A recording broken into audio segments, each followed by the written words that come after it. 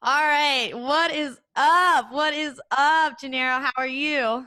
So what's going on? What's going on, Lizzy? I'm chilling. Thank you so much for joining me today. Of course, of course, of course. How's your morning going? Getting up, getting started? Very quick. Oh, yeah, most definitely.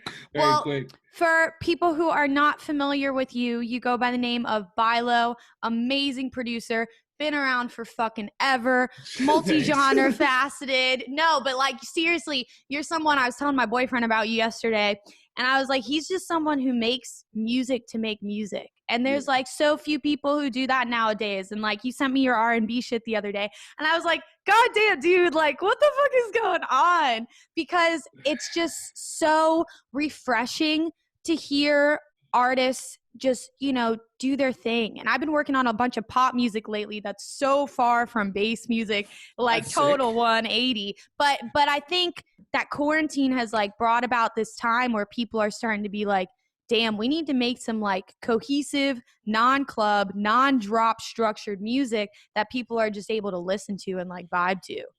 Yeah, honestly, the quarantine was a blessing for artists. I mean, some Mm-hmm. artists will probably think otherwise, but I think that it was a blessing in disguise. It does have its hardships because making money has become much more difficult. Yeah. Um, unless you're, constantly trying to ruin people's lives, then obviously then that becomes another issue. But um, the reality is I was in a really weird place with my music about 2-3 years ago. Mm-hmm. I was getting into more of the heavier bass stuff, more like close to the dubstep, but like I wasn't trying to make dubstep. I was trying to like make my music but harder. And I won't say that it wasn't bad or it wasn't, but at one point it didn't feel like me. And I felt like I lost my identity completely. And that's when I started to see my project kind of like falter a little bit. Mm-hmm. And the people around me, same thing. It was just all a big fucking like clusterfuck and a mess. And I said, what can I do to fix it? Yeah. I was ready to quit. I was already writing the fucking letter to post on social media, like I'm done. This is over. And then one day I tried shrooms for the first time. Oh shit. Okay, okay, okay. And that same day, I made No Cap. Hell yeah. Once I made No Cap, my entire mind completely shifted. And I Mm-hmm. said, why am I not making music that I was already making, but just making it better? Yep. And, that was No Cap was my style. Like this is what Bailo really I is. love that If you tune. remember that Yeah. shit from like 4 years ago, like all my records from like 4 or 5 years ago, this is what I was making. But Mm-hmm. now it's like on steroids. It's Yeah. like even better than it was before. Um, how that happened? Well, my ideas haven't really been made like that in years. So that's Mm-hmm. just a ton of ideas stuck in my head. That's like, get me out, get me out. Yep. And then just building a team around you that, a good manager, shout out to Paul Reed. Paul. Love Paul's Paul. great, man. Yep. Paul's great. He's not a yes man. That dude will fight for your project, believes in your project, and that's what I love the most. Well, that's a good team member. And then I have a mix and master guy, Okay. Vargo. That boy is one of my favorite producers in the game, and he's actually one of my best friends. I've known him my entire career.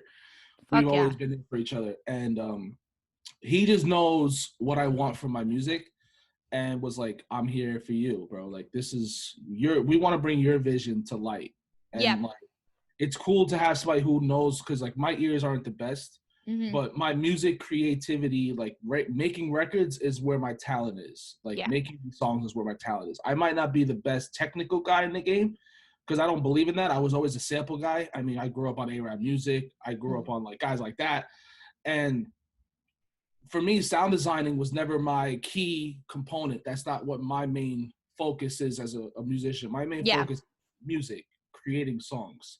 Because I think that's what a lot of people forget is that we're supposed to be here to make songs, memorable songs, songs that should last a lifetime, not Yep.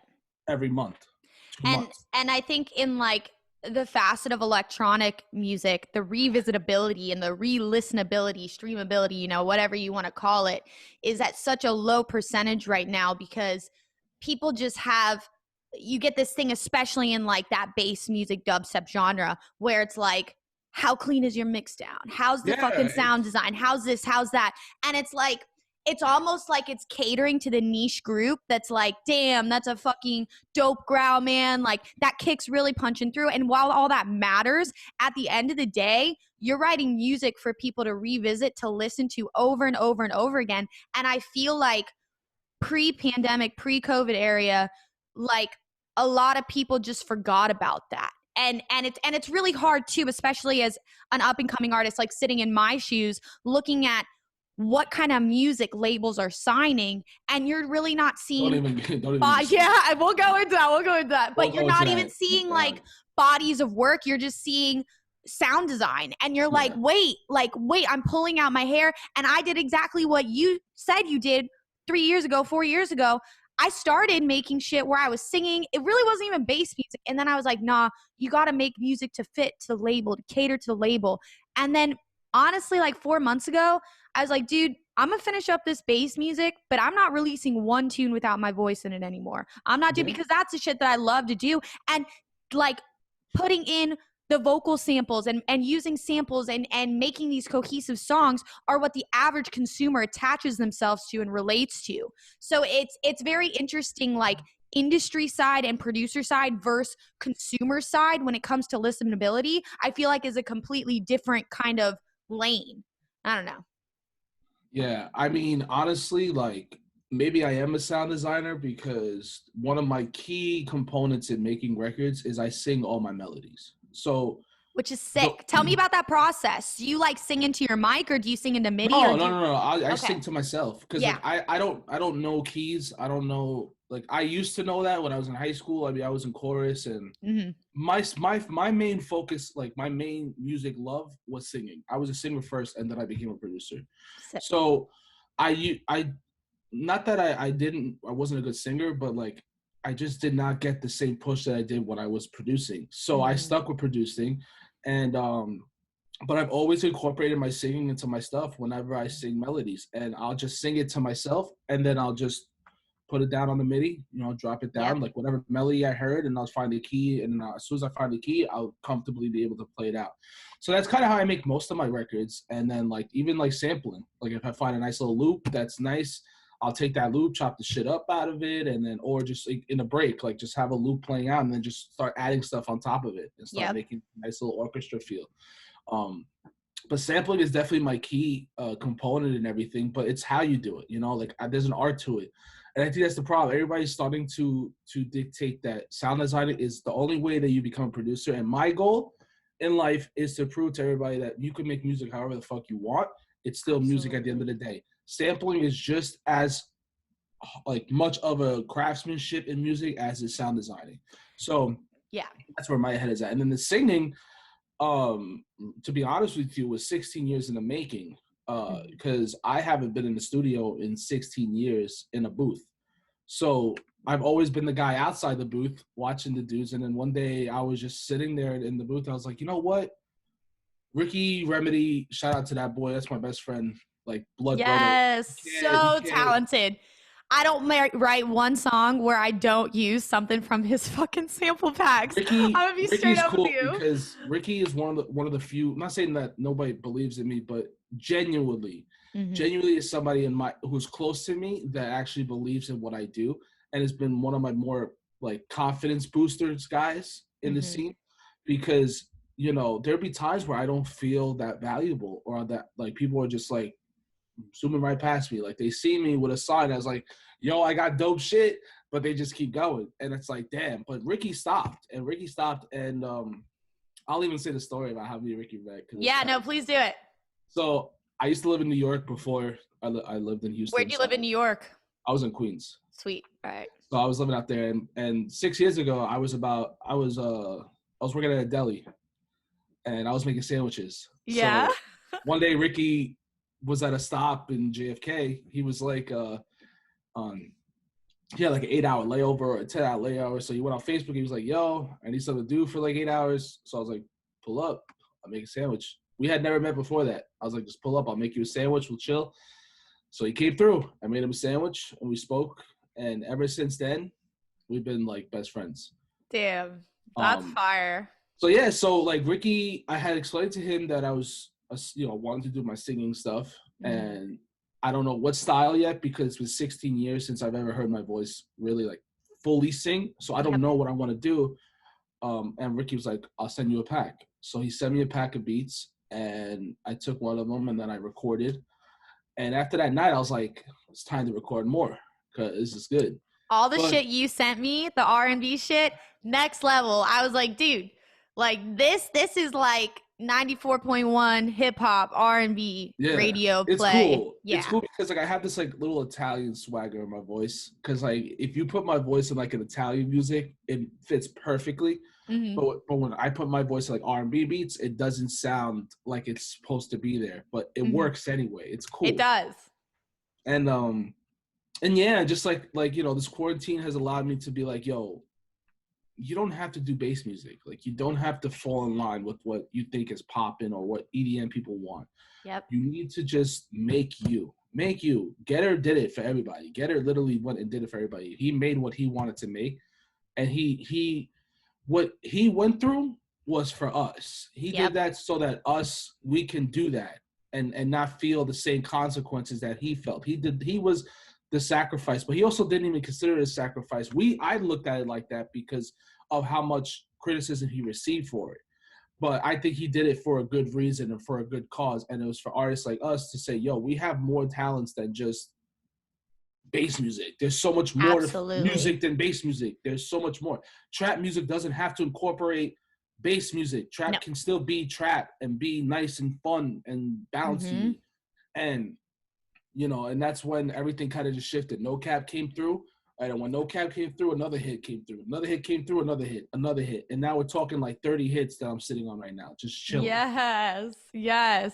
And I mean, I think that's a huge thing that a lot of people who get wrapped up in our industry or in our world or EDM, Twitter, whatever, da da da da.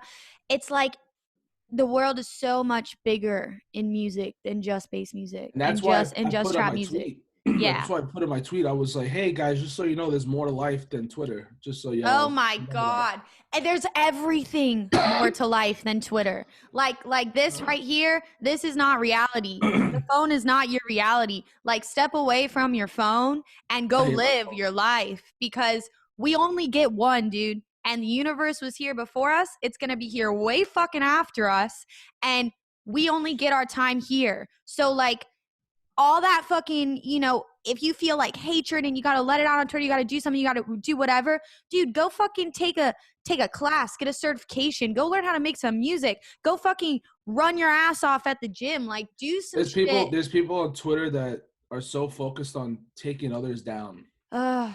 It Then pains me. It then makes me want to delete my Twitter. Bailo, I would not have my fucking Twitter if I nah, didn't feel like like I need to have it. I definitely agree with you as well. I was never really a Twitter fan.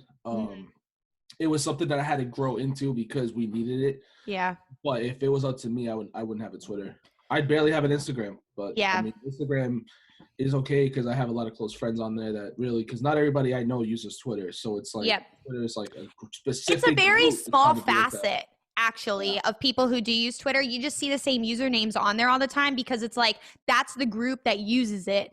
And it's just if I had my agent on the podcast the other day and we were just talking about, when social media came into the picture, it was supposed to be and is still supposed to be this thing when it's used correctly that's connecting you with people hundreds of thousands of miles away. Somebody in China doesn't even have to leave their bedroom to listen to your music and check you out and figure out who you are. But it's transformed from something that should be a beneficial fact to your brand and your music to something that just has a shit ton of fucking negativity right now. That and expectations. Yeah. Too many people expect things to pop off online for them, and I'll say I was a victim of that. I was definitely somebody who looked at numbers and said, "Yo, why isn't this picking up? Why is this so slow to grow up? Like, why is this number so low?" And then like there'll be other people that talk shit, but not at you, but like behind your Yeah. Oh back, and yeah. you'll read what they say, and I'm like, man, just reading what you wrote, like I don't even care about numbers anymore because you just make it out to be this thing that like we have to have high numbers and shit. And But honestly, I look at social media and I say, yo, I'm over the numbers. I don't care if it pops off or not. Like, my Spotify looks beautiful. That's what Mm-hmm. matters to me more than anything. That's something that I grew organically. Yep. Um, no money spent, especially on the latest releases. If you go on my Spotify and you look at the numbers right now for like my last EP, for my house EP is doing good too, and that was something different off the wall from everybody. Yep. But the Trapped Out EP was a success. I mean, I have one song already over 100K, Kings with Liney. I Mm-hmm. have uh, In the Trap that's about to reach 100K. So that's 2 records in the EP of 100K on Spotify. That's It's huge. No Cap is over 100K. I'm doing okay. Like I'm not. Absolutely. I feel good. I definitely feel good because there's no, because I have no money to spend. I'm not out here, working like that. And to see the numbers organically grow like that, it means a lot. Well, that's quote unquote goals. And I Yeah. think in this time where we like entered this pandemic, you've been in the game a hell of a lot longer than I've been in the game. And I can even see from my short time of experience here, there's so many really big DJs, especially in the world of bass, that were built and bought off of bots and fake numbers and fake plays. Man, what's crazy when you say it like that? Like, you've been in this game for so long. And I think to myself, because this is all pretty much Tampa talk. Yeah. This is how long I've been in the game. Mike opened up for me. Yeah, on my debut in Tampa. Which is crazy. But it's like you look at that shit and it's like I feel like this is the first time ever where people are just seeing like a differentiation between the people who were just on the touring circuit 24/7 and like they had like the content from the shows and this and that to support their like releases. But when you take that away and like maybe comes down to the record. Yep, it all comes down to the record, and maybe the finances aren't there anymore because you're not getting the income from the shows or X, Y, and Z to keep up that kind of persona of a social media presence that's not real. And that's a conversation, because when I first came in here, I was seeing all these people with, I got to get the likes on this, I got to get this, I got to do this, Yeah. and now I'm like, man, that's the wrong fucking way to do it, bro. Like, that is the wrong way to do it because that is short-term thinking. It's not long-term thinking. And like, you want real people and real seats and real ticket sales. Like, I get that it's so fucked that like your social media numbers are considered data nowadays to like agents and talent buyers. It's disgusting. But then you can turn around and you got 100,000 people who love this fucking record who will buy tickets to come and hear this record for 4 minutes in an hour set. And like, that's the kind of shit that I hope, just starts to. My music now has been more or less like get in the car, drive down a highway, and bump my shit. Yeah. That's where you should be listening to my music, is when you're driving on the road. I mean, the reputation that I've always had in the scene from what I've seen just off of like socials and stuff is that people really like my music for workouts. Yeah. And that's great. It's cool actually because it's like I'm helping people every day. I do. I used to listen to your mixes and shit. Well, I remember when you dropped that EP on Never Say Die. I would listen to it in the gym all the time. That's how I discovered you. And then I was like, damn, he actually makes fire trap music. And then I went into your discography and shit. Yeah, no, the discography now. I'm excited for the next 5 to 10 years. I really am, because where my head is at right now, the music that I'm making is different, but it's just paying homage to the 2014 trap era, like the golden trap era. It's paying homage, but saying we gotta move forward. It's time to move on. Too many people are like, there's no trap music out there. It doesn't exist, and I can't find it, and I don't know where it is. It's a lie. And it's the people that are just so stuck in one time period they don't want to move forward with it or give anybody else a chance. And just like with times, like in dubstep, you have Skrillex and then you pass the torch. You know what I'm saying? Like now you're passing the torch to all the young cats that are coming up in the game. Yep. Trap's got to do the same thing. The only problem is that it wasn't done properly. It wasn't done right. The community for trap was just a lot of these bigger artists just kind of fencing for themselves and then doing what they can for themselves. And now they want to start bringing everybody up. Like it took them 6 years You know what I'm saying? Like Mm. now, I mean, better late than never, but that's why trap took such a tumble and such a stumble, because we didn't properly pass the torch to the younger artists when we should have to Yeah. develop the sound. We kind of just got stuck in one place and said we're making a fuck ton of money. We don't gotta move. Yeah. Instead of like experimenting, kind of opening the gates, which I think bass music, I don't like a lot of things bass music, but I think bass music did that pretty well, where they've opened the gates to the younger kids coming in, and they've really, whether it's through labels, whether it's through bigger artists, X, Y, and Z, you see a lot of experimental shit. And you're absolutely correct, because when I was 18, my first show ever was RL Grime. That was the show that I was like, this shit, it was his Void tour. I was like, damn, that's lit. That's lit. Yeah. And then after that, I felt like, of course, I wasn't integrated, but I felt like there was kind of a downfall in that genre. And then you're correct. It just kind of was left to be there. And it was now, left to dry. Yeah. Yeah. But I'm here to give it its juice back. Yes. Yeah. And I mean, you've been doing it consistently. I think more than anything, people just have to understand that in order for you to be long-term successful and like, as like a consumer, you have to understand that some of these people are on tour and they're not even making ends meet between their manager taking a cut, their agent taking a cut. They're still having to work a second job at home because they're not making enough. And these are people who are on every festival circuit and on tours and opening and shit. And it's like, in order for you to actually make a living off of what you're doing, like it's definitely the long game. And it's just like anything, as many hours as you put in, as many years as you put in, you're going to be that much closer, you're going to be that much more established, that much better. And now you're working with some younger cats who I would love for you to bring up. I saw a shit ton of old cats too. Yeah, and older guys too. I mean, because there's a lot of guys that, well, I'm not gonna just say guys, artists, because there are female artists as well. Yeah, absolutely. But there's artists that I would not that they didn't fuck with me, but they probably didn't really know about me years ago, that are now fucking with me. And it's cool because it means a lot more than I probably would have appreciated years ago. But yeah, I'm working with a lot of upcomers, working with more of the old cats too. But yeah, the young guys, I'll definitely point out a couple, because we actually are forming. We did form it already. We're just in the process of what direction we're gonna go for next year. Okay. Not even this year, but next year. But T3 Collective is gonna be a thing. It includes myself, Yeah Me Too, John Casey, The Bow, and Liney. Yes. And we're gonna just go in and just take over the fucking scene. We're gonna have fun with our music. We're gonna show people that there's more to trap music than the other groups that are out there that are showing out. And hip hop, because Yeah Me Too, not that he doesn't fuck with electronic stuff, but he is steering towards the hip hop route, and we want that in our group.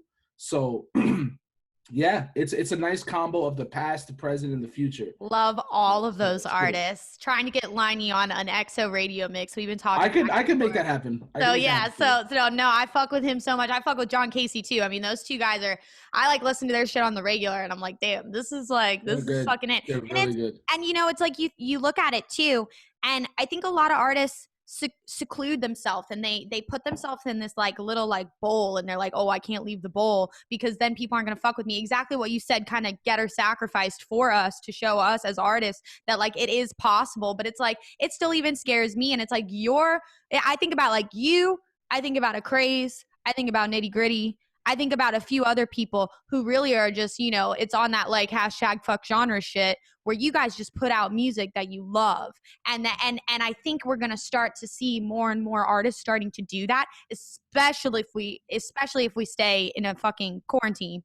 And Craze for sure. I will definitely say that Craze has been one of the more influential artists, I would say, this quarantine. He goes into it with the give no fucks mentality, and you can see it. He's not showcasing any sense of fear of releasing anything. He's just saying, this is what it is, call it a day. Yeah. Very good shit. Charlie's the man, for real. Yeah.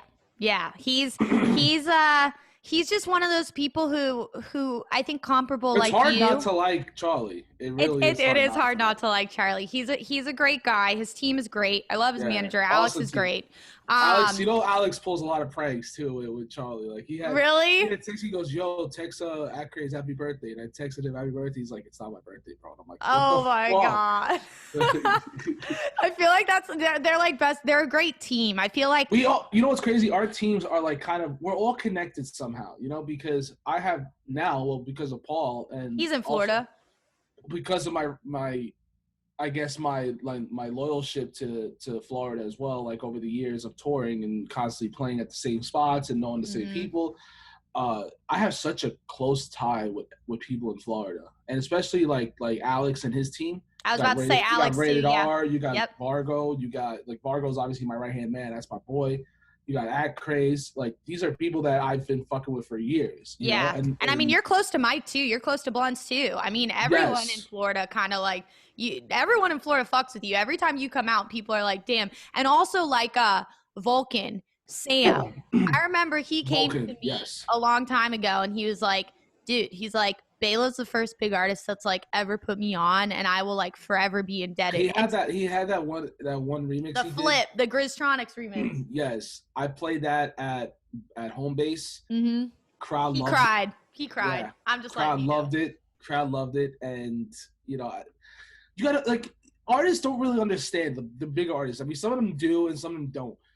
There's a feeling that you get when an artist that you look up to or an artist that you know is popping plays your shit out. It's such a feeling. It's a crazy feeling, and I know because I was in his shoes. And that's why I do things like that, because I know what it feels like, and it's a great feeling.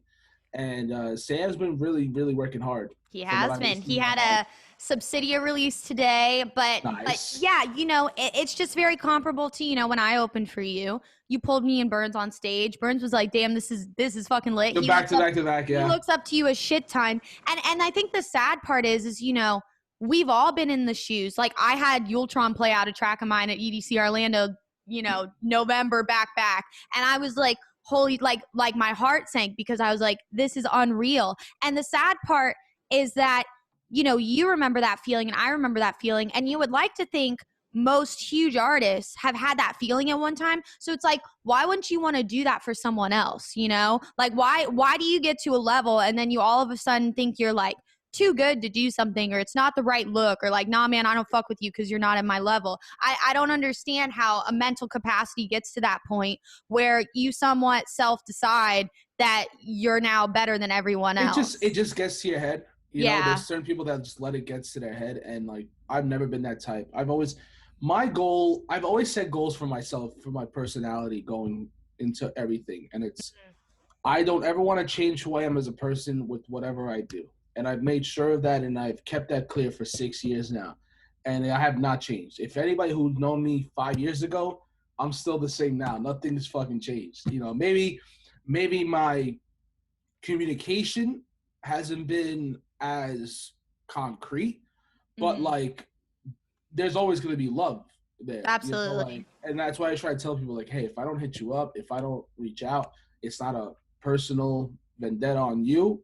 I just probably have a lot, because my head can only take so much at this point. Like, I can't fit everything that I wish I could in my head.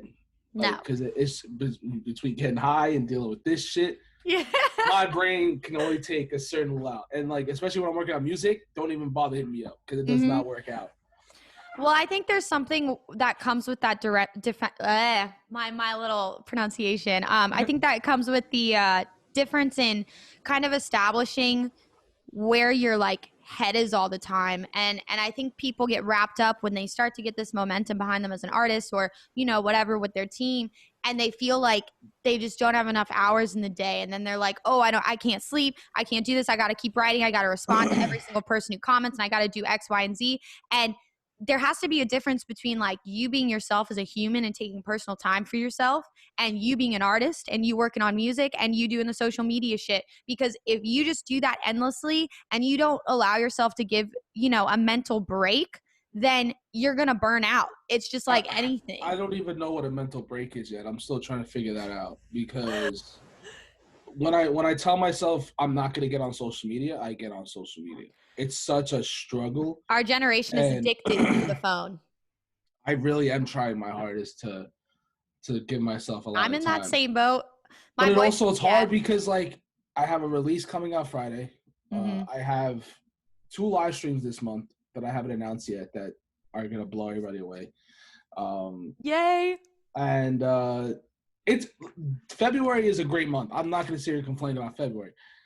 When March comes around, and I don't know if there's gonna be much going on in March, my ass is staying off everything because I Good. need to like just stop, you know. And I tell my girlfriend all the time, I'm like, all right, babe, I just told Paul I'm gonna be off social media for a week. She's like, all right. And then Sunday comes, yo, babe, did you see this shit that happened on Twitter? She's like, babe, I thought you said you were gonna be off of it. And I was like, you're right. Sorry. There's something new every day, and it consumes you. And a lot of times I feel like I'm someone who's like mentally trying to like strengthen my mind and like capacity.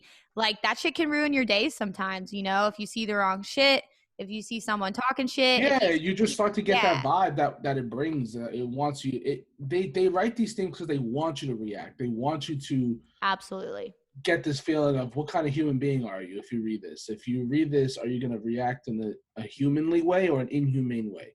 Well, they That's want what an everything has inhumane become. reaction most of the time. They want you to go off. They want you to look like an idiot, and they can't stand when people just walk away and they say, you know, man, I'm not going to do this shit.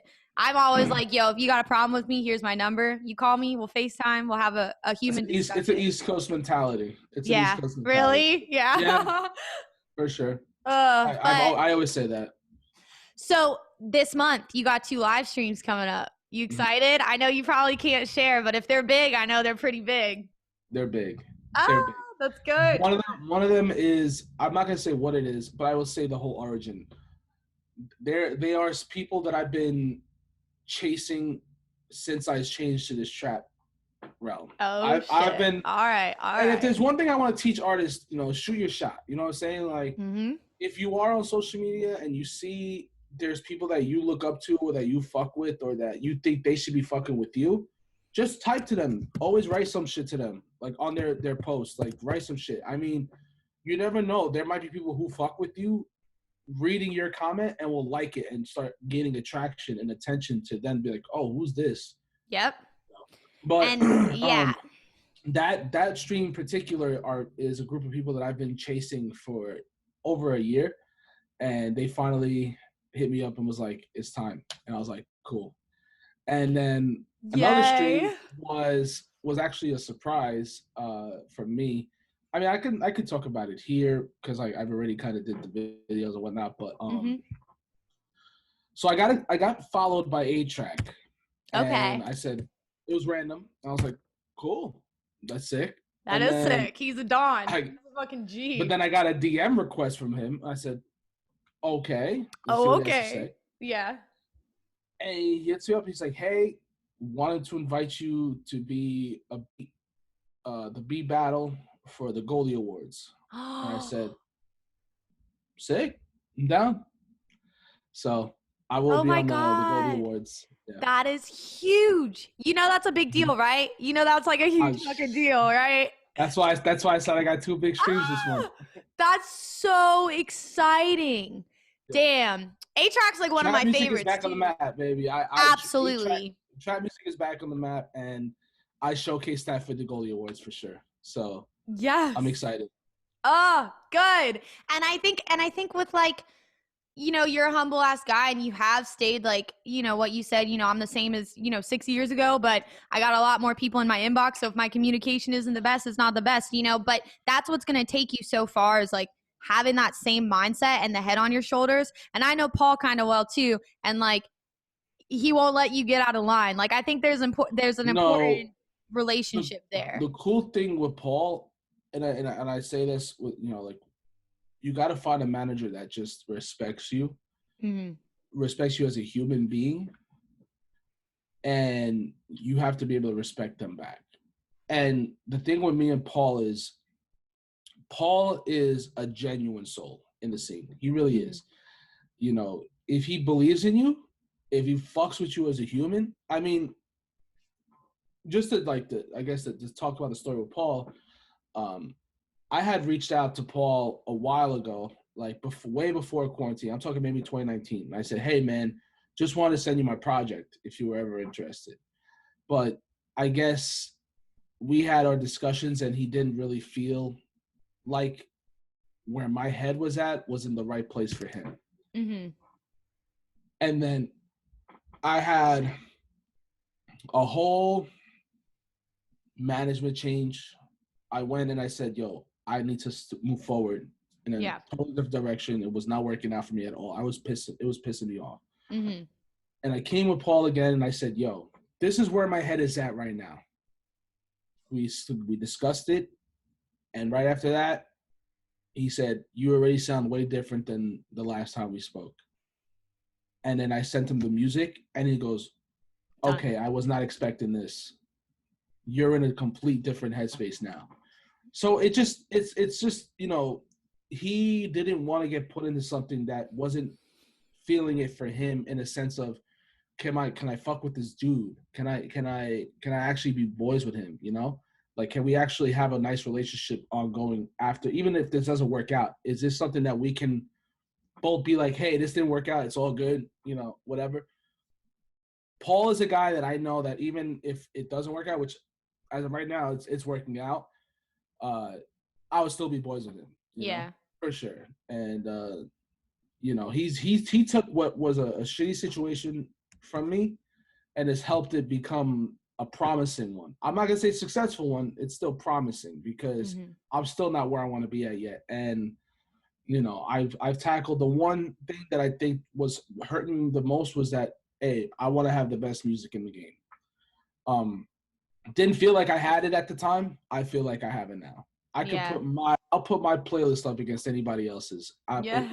With full confidence, I'm cool with that. You know, I'll put it up against anybody and I'll still win. No problem. Fuck yeah. That's where I'm at. That confidence, I feel like it definitely takes time to build, but like that's the confidence and mindset you have to really, I think, make it to the point where you kind of look back in and you're like, damn, this is like where I want to be. Like, you got to believe in your music and have confidence in your music. You got to be happy with the music you're making, love too. Music. You got to love your music. Yeah. If you don't like your music, then what's the point of you doing it? And I feel like so many people, including myself, need to hear that sometimes, because I think people just, like, again, put themselves in this box and they're like, I got to make a dubstep tune. I got to fucking do this shit. I'm going to put it to you in my tone. This is how I, like, let's say I didn't even know that you were feeling that, right? Like, let's say, like, I didn't know. You just said that. I'm going to give it to you in my tone. But what the fuck is the point of you doing this if you don't like your shit? Mm-hmm. Mind you, act like you never even, like, you weren't even thinking that. But that's my tone towards it, is that it's a disgrace. If you are doing this and don't like your own shit, stop doing it. Yeah. Yeah. Absolutely. I stopped singing at one point because I didn't like how I sounded. I didn't like my voice like that. People said I had a great voice, but I didn't like where my voice was at, so I stopped. Yeah. It took me a long time to build that confidence in my voice to say, all right, I can fuck with it. It takes time. Mm-hmm. Hence why 15 years later, you know, I'm back on it. You know what I'm saying? Like, yeah. Cool. But, like, it's so important. I you know what's funny is I don't think I've you know, and this is not to sound like somebody, I didn't do this on purpose. Well, yes and no. I haven't listened to a promo in maybe a month and a half. Why? Because I play 90% my records in my sets. I have it almost, I mean, if I wanted to, it would be an 100% Bailo set, no problem. But I started making a vow that, like, I'm only playing music from T3, which is The Bow, John Casey, Liney, Yemi 2, in my sets. At least one or two songs from each of them. Yeah. So that means that out of my set of like 40 songs, 30, 40 songs in a half-hour set, I would say, 25 of them are mine. Fuck yeah.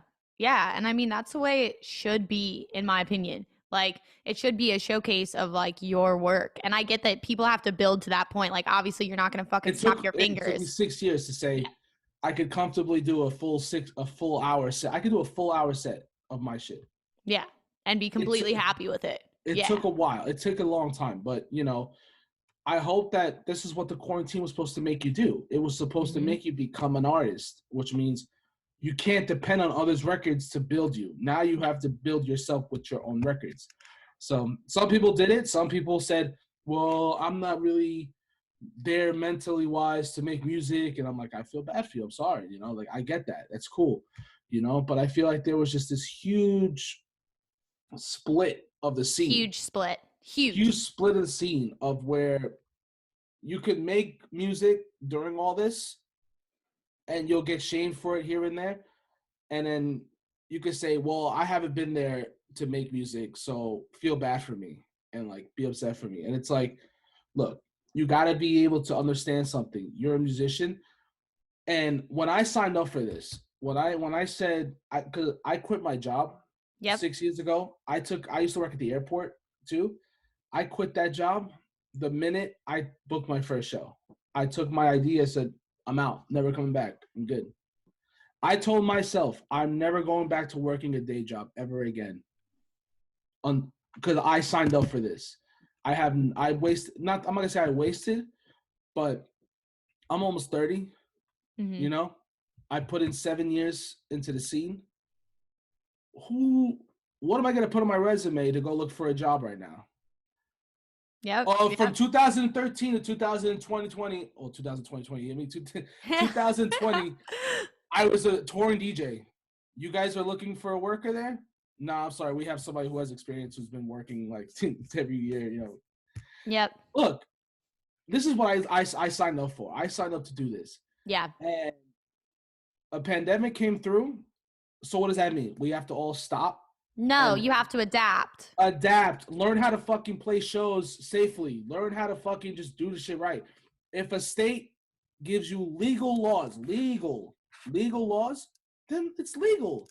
Like, thank you for saying that. You can make people morally feel a way, but it's not fair. It's not fair at all. It's a risk that people are going to take. And mind you, you know, because again, this all becomes political. Oh, I'll say it here. I'm not the far right. I'm not the far left. I'm in the middle. I'm in the middle. Yeah, I am too. Middle. I take pieces from both because they both have things that make sense. Mm-hmm. Now, I'm not gonna say, oh well, I'm glad they're open. You know, like I could feel a way about it. Also, I could just shut the fuck up and not go anywhere and say whatever happens there. You know, like I'm not gonna shame everybody in the world because like they want to create a whole list of people. Boy, they already created the list. It's really hard. It blew my mind. It blew my mind because these are our people that we work with that you know, like, it's so weird to me. Yeah. And all I could say to the people that are on the list, I hope that the reasons why you're playing these shows make sense. Yeah.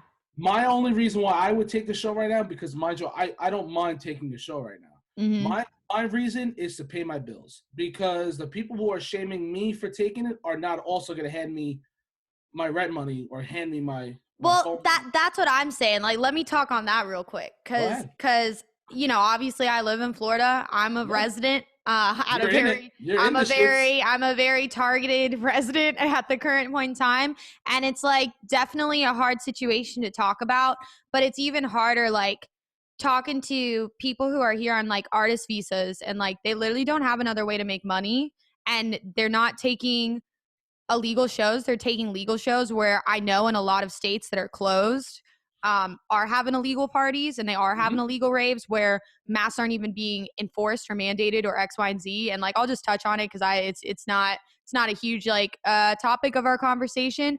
But you know, in Florida, we're open, man. Like we have the Super Bowl here next weekend. We got 40,000 people coming into our city, and we got Ty Dolla $ign and Gucci Mane and Kodak Black and all these people. I'm so happy that you mentioned them, because there's one thing that I've been seeing online and I know what you're going to say, and please say it. Go do it.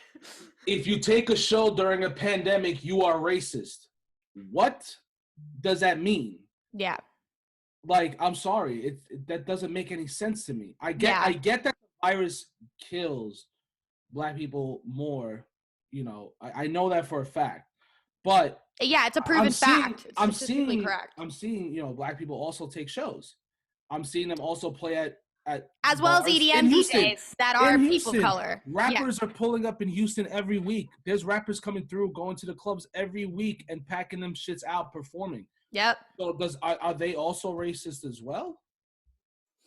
It's an open-ended question there. I just know when mind you, I am one of the most open people in the game. I work with all types of people. I'm absolutely. not racist. And when somebody sits there and tries to call me racist, it's like the weirdest thing ever because I have way more black friends than I do white friends. I'm just being straight up about it.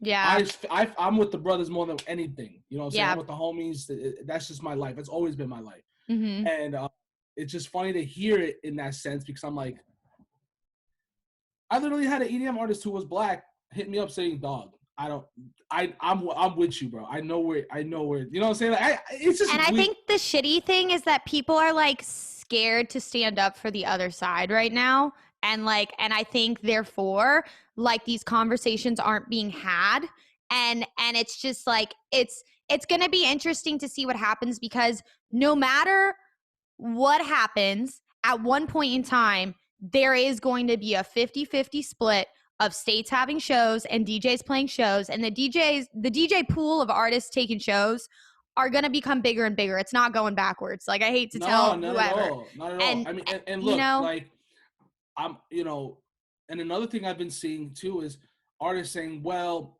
I don't have much of a big ego. I can go ahead and get a job and work somewhere and not worry. But that's not the point. And it's not that simple either. Just what you said. You haven't worked a job in 6 years. Not even the simplicity of it. That doesn't even matter at this point. That doesn't even become an argument part. Yeah. The argument part is they seem to forget that this is a job. This is a career. When I go to school and they say, hey, what are you going to become? A fireman, right? Or a firewoman, either or. Are you going to still fight fires during the pandemic or are you going to stay home and look for something else? You're going to still fight fires. That's still a risk that you're willing to take. You work at a restaurant, right? You're going to make pizzas every day. You're going to go to the pizzeria every day or you're going to stay home and let your business die out? Yeah. We're all a business, This isn't like I have an LLC. Maybe I do too. Yeah, most of us do. Like it's, we have a tax ID number. We have X, Y, and Z. Like I take my income from lessons, from doing freelance mixing, from doing X, Y, and Z, and that all feeds into my project. And like to come to me and tell me, I played 2 shows in October, right? I played in Minnesota. I played at Skyway. Yep. They booked me for 2 nights. They said, hey, let's do 1 dubstep night and 1 trap night. They're a great venue, great team. Can I tell you, it was 15% capacity of the Skyway Theater room. Mm-hmm. Skyway could fit 2,000 It's huge. people. It's that room's huge. Yeah. There was about 100 people in that room. Mm-hmm. 100. Split that up in the entire fucking room. Everybody did what they had to do. Yeah. It was perfectly done. Without those shows, I'd probably be homeless right now. Yeah. Yep. And it's but they're never gonna understand that side of the story because their only side of the story is you can't be taking shows right now because it's fucking up the pandemic. But like, look around you, dog. Life moves on. Life is moving on. But just look around you. Like, look, there's people going to the store right now, right? To HEB. It's a risk to go to HEB because there's so many people going into HEB. It's still a risk. Everything you do is a risk. It's not necessarily the show specifically that's a risk. The Super Bowl is going to have 20,000 people at the stands on top of that with the cutouts or whatever. And that's not even taking into account how many tourists were coming in just to do festivity shit. And yeah, I was going to say, and the events on top of that for Super Bowl week because I'm sure there's going to be hella events going on over there. Hella. We got Kodak Black at Ritz on Friday. We got some other 3 rappers coming in on Saturday. And then we got Gucci Mane on Sunday. And that's one club. We have Story coming up from Miami. We have Liv coming up from Miami. We have Celine coming into Tampa. Like, all Twitter can do right now is shame them on there. Yeah. It's not going to stop anybody. But it's not going to pay your bills too. Like those people who are trying to take you down, are they going to cash app you your rent? Like, are they going to cash app you X, Y, and Z? And that's why it pains me when I see artists that I know what they're getting, like, I know in the realm of, like, monetary value of what their booking fee is, not taking shows and canceling on shows for people attacking them on Twitter because I guarantee you a good 50 to 70% of them has never spent $1 on their brand or their music or their merch or their tickets ever. And that's like the sad part. And now this person is like struggling. So I don't know. It's definitely a topic of conversation that's very hard to talk about right now. Yeah, I mean, and I'm glad we got to talk about it a little bit because a little bit. Where my head is at is I feel for both ends. I understand why you don't want people taking shows for sure, but I also understand that it's a hustle. It's a hustle, and I'm not the type of person to give up on my hustle. You know, like this music scene is a hustle your entire career. You're hustling the entire career. Yeah. And you know, sure, you know, they can sit there and say, well, you can make money off your streaming, but like we all know you're not equivalent value. Electronic music doesn't get streamed like that, and we all know that, and they'll never face the facts. Only the big guys get the streams like that. You know, everybody else has got to fight for their numbers. Mm-hmm. But we just set it up in a place where like you can't expect somebody who's been out of work for 6-7 years at this point in his life. Now, I'm not like a 21-year-old kid that, you know, his career got fluctuated and he doesn't know what to do. He's 21 years old. He's got so much time. I'm about to be 30 years old. You know, like my life choices at this point are dead and done. Like, that's where my head is at. I chose this career because this is what I wanted to do for the rest of my life. Exactly. And it's a career, and you've reached a point too, like not only like of you saying earlier in the podcast, like, hey, like I'm happy as fuck with what I'm doing. I'm sitting on 30 bangers. Like this is my time. Like you've reached that momentum. So what are you supposed to do? Turn around and quit and go work at Walmart? No, I'm sorry. No. Like, and mind you, there's nothing wrong with working anywhere. There isn't. I will never listen. My point all this is not to shame the other jobs that I can't work there or that I can't. The point is I don't want to. You know, it's just I don't want to work there. I want to continue on in my career, and if it's able to, I will. I'm not going to stop because a small group of people are trying to take down other people, and I'm not going to go and be the small-minded brain that they are. I'm going to stay open-minded. And again, my team, Paul helps me get through that and like lets me realize, yo, Twitter, don't even fucking listen to it. Like it doesn't matter. Yeah. Because it's it's like one or two people that are stirring the pot. That's all it's the same people all the time. The same people. And I just saw it, and I just saw it too, and I was like, damn, like they're really coming at nitty-gritty, like out of all people. And I was like, they're really coming at him. He's the boy, and it's like, and he's such a good individual. He's an amazing, hardworking. He's the epitome of someone who like should be where they're at, and to like get people to tear him down and like, dude, it's just so hard. Like I go to the mall and I see families walking around without masks. Like our restaurants are at 100 cap. Every bar is at 100 cap, and our venues are still throwing under capacity shows. And it's like the world would move on and the venue would close if these shows don't happen. And that's the problem though. It's honestly, I want this to be a happy podcast. I'm very happy. No, I'm so glad you brought it up because I'm always scared to bring it up. I'm never scared to bring it up because that's the thing about me. That's why, to be honest with you, that's why I don't feel like I've ever been where I wanted to be yet, is because I'm not scared to open up about things that I feel are wrong or are fucked up. And you know, that's Twitter, like moral integrity, and it's just like it sucks that Twitter's on my shit list. Twitter is on my shit list. Yes. I do what I can on Twitter, but it's on my shit list. 100%. Yeah.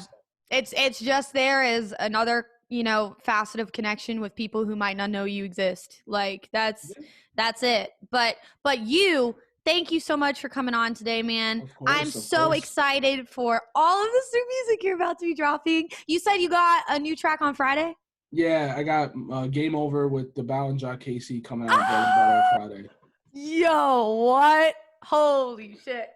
All right. Wait, today's Wednesday? Yeah, so in a couple days. 2 days. Oh, so damn. That'll lead off, and then whatever I have left this year, you'll hear it come out somehow or some way. Very excited. Congratulations on the A-Trak stream. Congratulations on everything. Dude, your future, like, it's your time, dude. Like, you got to know. Like, I get chills because, like, it's your time, dude. Unless EDM Twitter cancels me for something, then, yeah, my time will come soon. No, they won't. Even if they come for you, the only person that allows yourself to be canceled is you, and you're not going to let that happen. So, no chance. So, you know, thank you so much. I greatly appreciate it. Thank you, Lizzy. Yes, I'm going to stop recording real quick.